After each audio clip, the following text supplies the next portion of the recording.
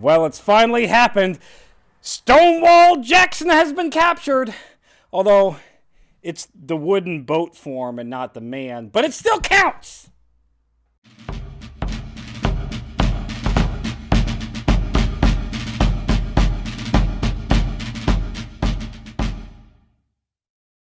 Hello and welcome to Civil War in Hindsight. I'm Lieutenant Tommy. With me, as always, as Prospector Johnny. And Johnny, we've got loads of good news this weekend. It's coming up.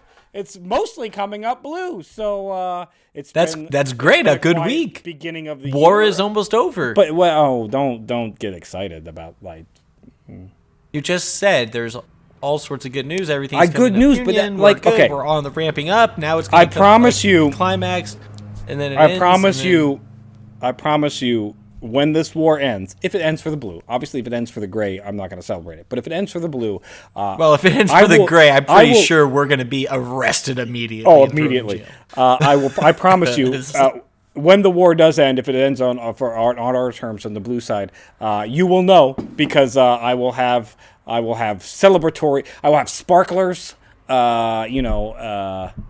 You're going to obtain fireworks? Maybe some champagne or something to go along with this. Maybe we'll saber open a bottle of champagne. The South is not going to have any more alcohol for the North to loot by the time this war's over, Tommy. Like, we're taking it all. Like, and you're not going to afford champagne on an officer's salary or whatever. Don't worry, we'll get it. I'll find it somehow. It's fine. Lieutenant salary. All right, it's $105 a month. All right, so what good did happen? All right, so the week's going to open up. Mr. Fancy Pants. The week's going to open up on the 10th with Traitor President Davis addressing Congress, saying, and I quote here, the Traitor Congress, not our Traitor Congress. Traitor Congress with Traitor President Davis. And again, food seems to be on the main agenda for the South lately. And let me remind everybody at home that everybody in this Congress, they're playing dress up. This is like a model UN scenario. Like, this is not very much a real government. What's the UN? I don't know. I heard it in passing like 100 years from now. Passing? Oh, okay, I got you. All right.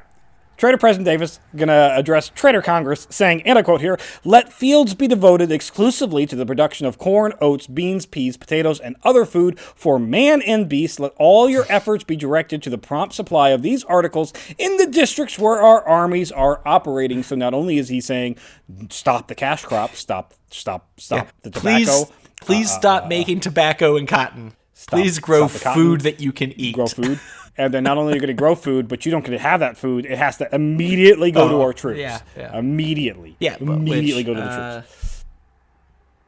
Yeah, I mean, skims them off the top for yourself and your family, right? And then you just don't get to sell it to make profit, to buy more seeds and do more farming. Sure. You just have to give it to the government. He is then going to go on to say, and I have some problems with the back half of the speech here. There are some questionably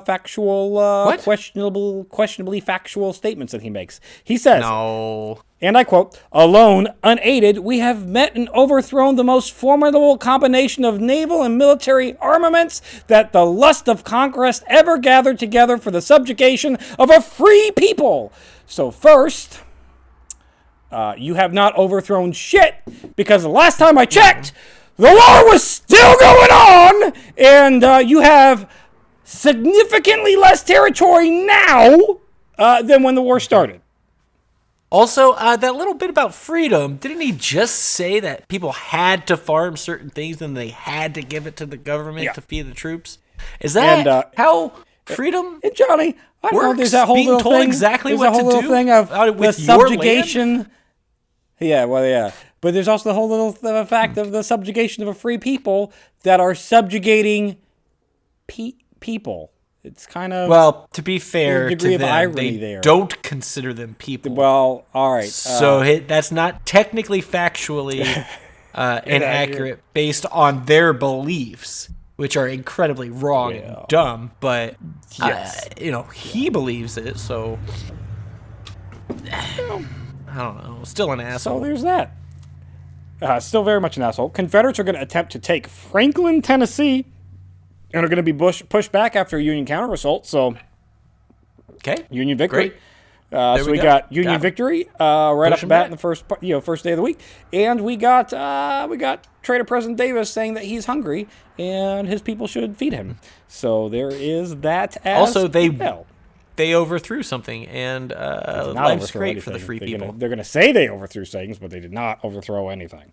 On the 11th, Longstreet is going to siege Suffolk, Virginia, which is not good news. So this is the bad part of the news that we have this week, but it's like the only bad part of the news that we have this week, so it's fine.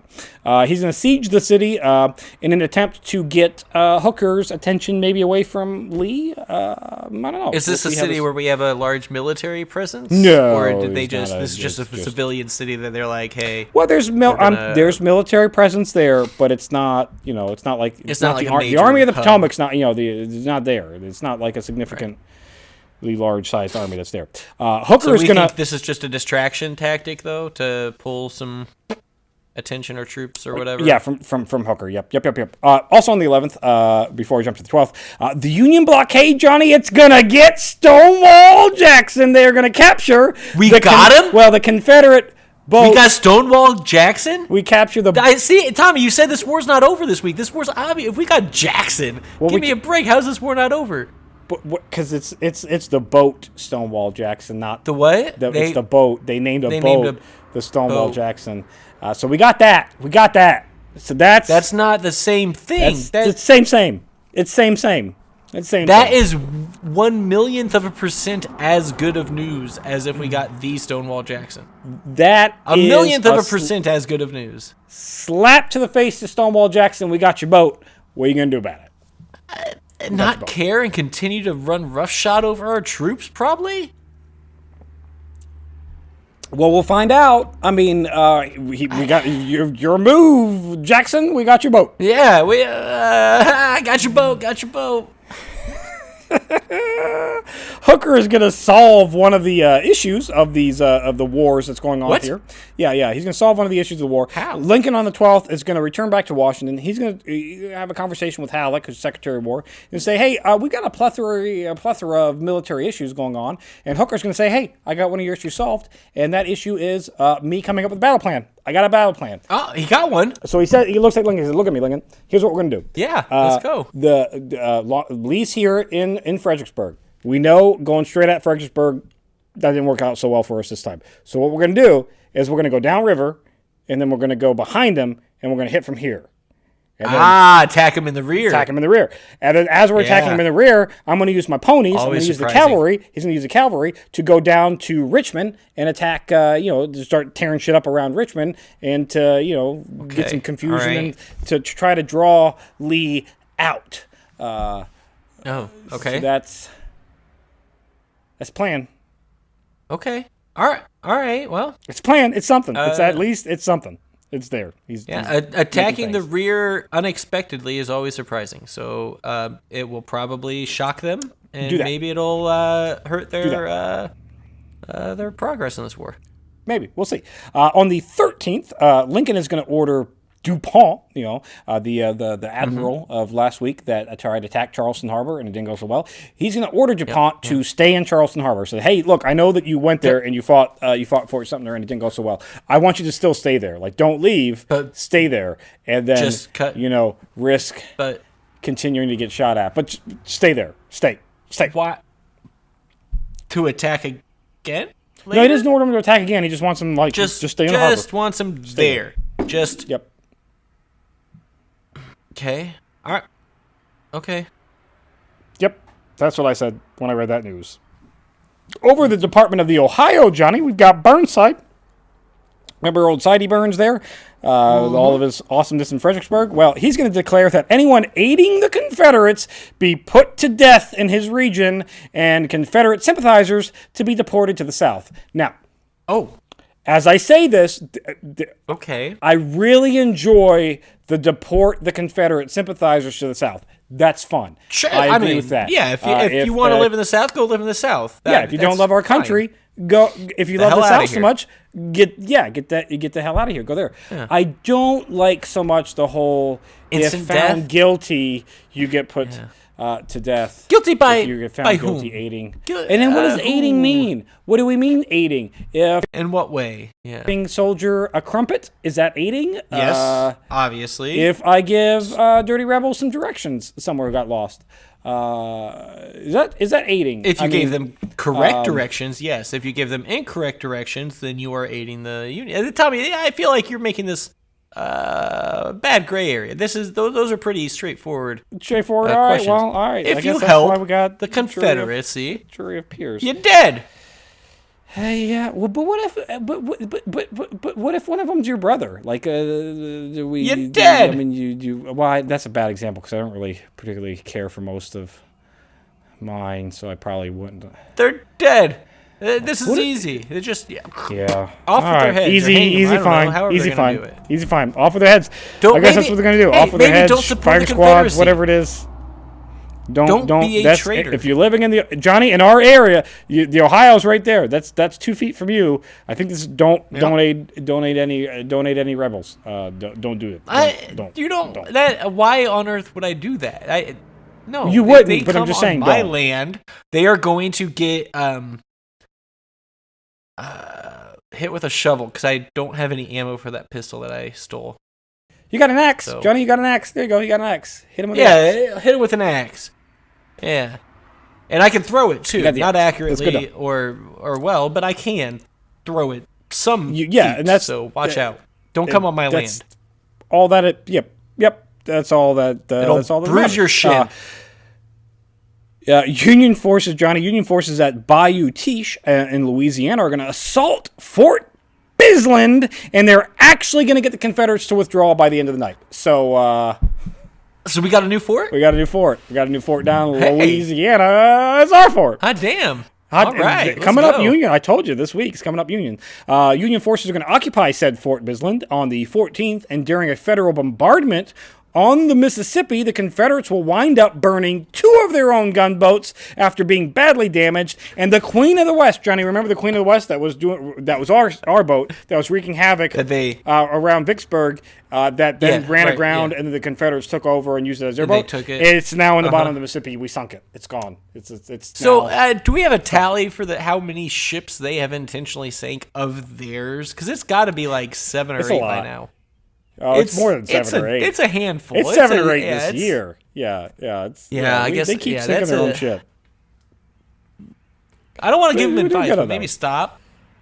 Stop sinking your own shit. Try to retreat or something. Yeah, I got you. Resources. Sell them for on the food 15th, to somebody in like Cuba. I don't. Yeah, right? That's a good idea. On the 15th, Union forces are going to occupy Franklin, Louisiana. Again, coming up Union, we're taking more and more territory down in Louisiana. Although I do have to note that the good news is we're going to pause that for just 1 second because the CSS Alabama is going to capture 2 civilian U.S. whalers way out in Brazil. So does it really count as bad news? I mean, they're civilians. They're out in Brazil. This is like a fucking world away. Like, who really gives a shit? But I have to mention that Confederate pirates are being pirates. How is that helping? Trader President Davis, how are your pirates taking over a whaler vessel, which, mind you, it doesn't have gold, it doesn't have plentiful food. I mean, I guess you can use the whale oil, but at the end of the day, like you're very limited on the benefits of taking over a whaler in Brazil. How is that helping you? How? Maybe he's looking for somewhere to retreat to, and they were just scouting around Brazil and then happened to see. You might be onto something. They're like, what we need to find because this isn't going well. We don't have any food, so maybe down in the rainforest of Brazil we can find bananas and other fruits and edible things, and we'll just settle down there when we lose this war, and we can enslave those people. Yeah, you're probably right. That's probably where he's going with it. Johnny, and the week's going to come to an end on the 16th with more good news. A fleet of 12 vessels underneath David Porter are going to be able to go downriver past Vicksburg with only losing one ship. Losing one ship's bad, but they only lose one ship. These 12 vessels are going to aid Grant and his invasion plans of Vicksburg. He has now got 11 new vessels ready to rage that campaign there in Vicksburg. And final note. That is a good. It's hilarious news for the North. If you're the South, I don't know how you spin this to be good. And I'm not saying I'm sure Traitor President Davis will find a way. So, Traitor President Davis approves an act of Congress, Traitor Congress, that is going to grant minors, and I mean children, anybody who's under the age of 18, the ability, not the minor, like not coal miners, small children, currently working in factories and on farms. Yeah, grant them the ability to not only fight in the war, he's using literal child soldiers, he's granting them the ability to hold commissions, so you can have a 10-year-old lieutenant going into the army and leading a Confederate troop of fucking grown-ass adults, because that's how desperate they are for people right now, that they're using child officers in their army. So... Now, I understand that there are young men, children, 14, 15, 16 years old, 12 years old, whatever the case may be, lying about their age to come and fight in a war and do this, that, or the other. Like, that happens. Both sides. Yeah, all right? you can do that. Or even, but, we're not out saying, come on, have a little drum come do it. Gotta have a little drummer boy. Yeah. Sure, he'll catch a stray South is cannonball through the saying, chest every once in a while. Yeah, they're saying, let's build an army of children. With children that are led by children, yeah, he's allowing that to happen. So just because our men have been doing so well in this war, I guess children eat less. So they do eat less. Yeah, they smaller bodies. They don't have to consume as many calories. Smaller target, that might be smart for them. Smaller target. I mean, target, and really, if you're in the North and you're like, hey, we're fighting, General Bobby's army. He is a 8-year-old who recently developed an interest in playing hoop with a hoop stick. We're gonna fight his army of 8 to 14-year-olds. Go ahead and shoot them. Like, hey, no. You might feel a little bad. Yeah, you might feel a little bad. I mean, this might be the best thing he's done. We'll see. This might be the smartest thing it might be. President Davis has done. We're gonna have to see how this plays out in the next coming weeks.